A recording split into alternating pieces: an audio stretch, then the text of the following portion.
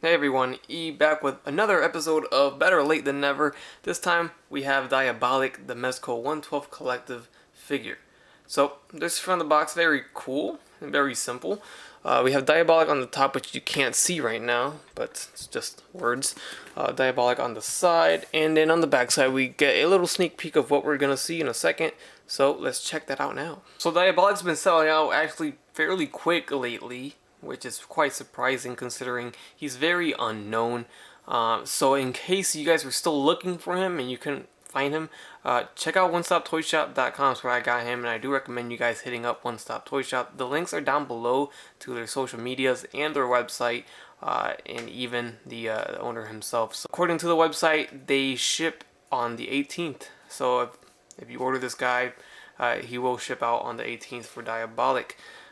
But with that said, going back to it being unknown, and I'm gonna be honest here, I was not interested in this figure at all.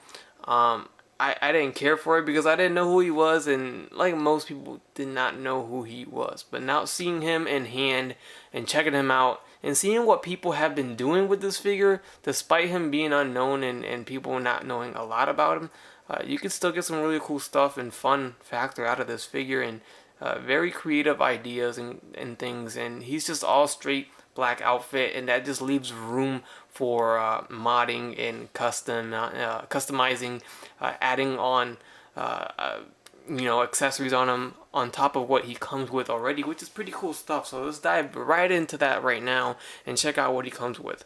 So packed in the box, he looks like this. Got the pair of fists attached and this masked head, and that is it. If we want to check out his alternate stuff, we have his head right here, and it's an unmasked head for Diabolik. And somebody mentioned it looks like Steven Seagal, so I don't know, you tell me. But there it is, not bad. And this, you could also use this for a random civilian. Maybe when you get Gomez Street Edition, you can put this on there, whatever you want, And then, so that's the alternate head. Then as for hands, like we just mentioned, we have the closed fist on the figure now. Then we have grabbing hands right here, where you can grab weapons or whatnot. Then we have a pair of open hands. So we always got to get a pair of wide open hands. Here you can see the detail in the palm, so that's cool. And then lastly, for the hands, we have these hands here. And obviously here, these are to hold some knives. And we'll show that right now. He has 3 combat knives. So these are the bigger knives right here. There's your focus. And then he's got a set of 2, 4, 6 throwing knives. And they are just miniature versions of the combat knife here. So as you see, very tiny. There you go. And there's 6 of those. We also do get a strap or optional strap sheath, so you can strap that onto his leg. And then we have a little backpack. And this backpack does open up, and you can store items in there. Some of his extra knives if you wish. Put it in there and you're good to go. And then night vision goggles, which are really good, really nice.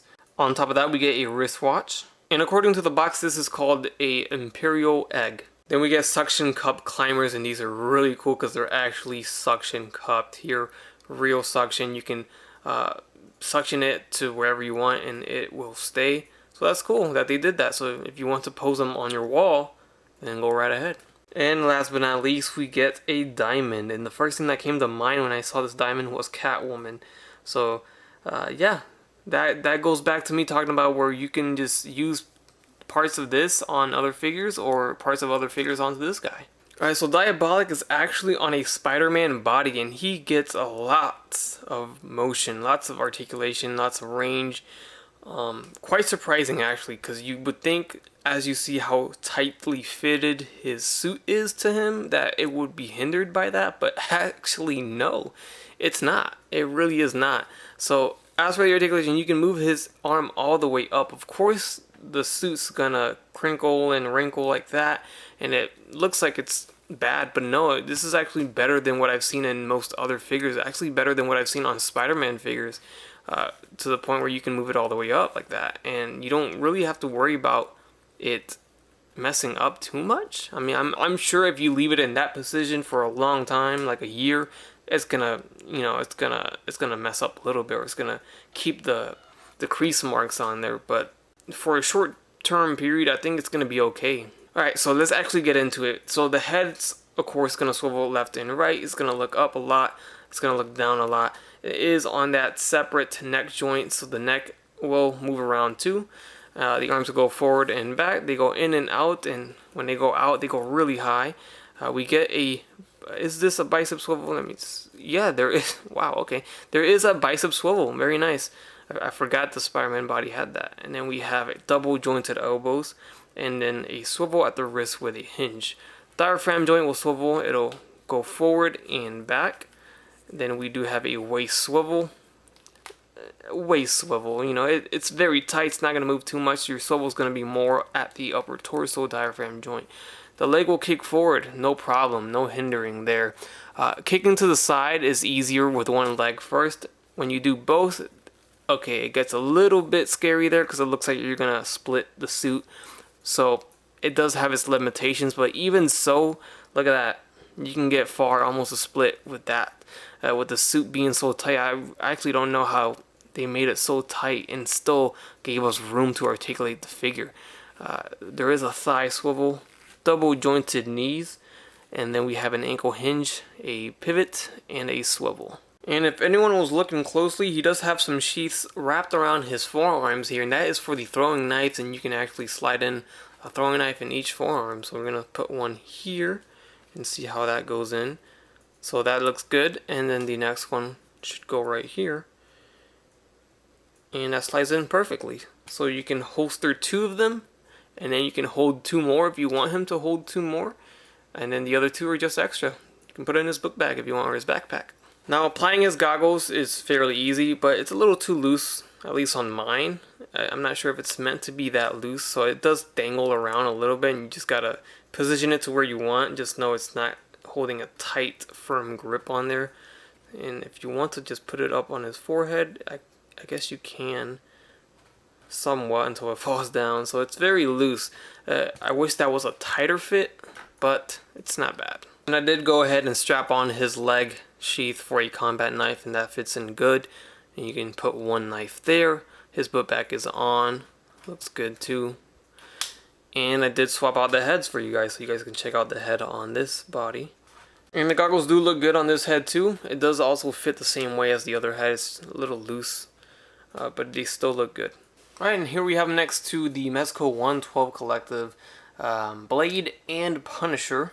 And next up we have Logan and Logan. So we have the younger casual Logan and the old man Logan on the right. Here we have the SH Figure Arts Gogeta and the SH Figure Arts Iron Man. And I'll go ahead and throw in another Mezco. We have the Spider-Man Homecoming homemade suit. And then a Revoltech, we have Iron Man Bleeding Edge armor. And there we go, I just had to throw in Catwoman there with a diamond. Just, that works good. Like I said, that's the first thing that came to mind, and perfect, you know. So it's cool, and there is Diabolik next to Catwoman, in case you guys wanted to see that height. Alright, and there you have it. That's everything this figure has to offer. That's my review.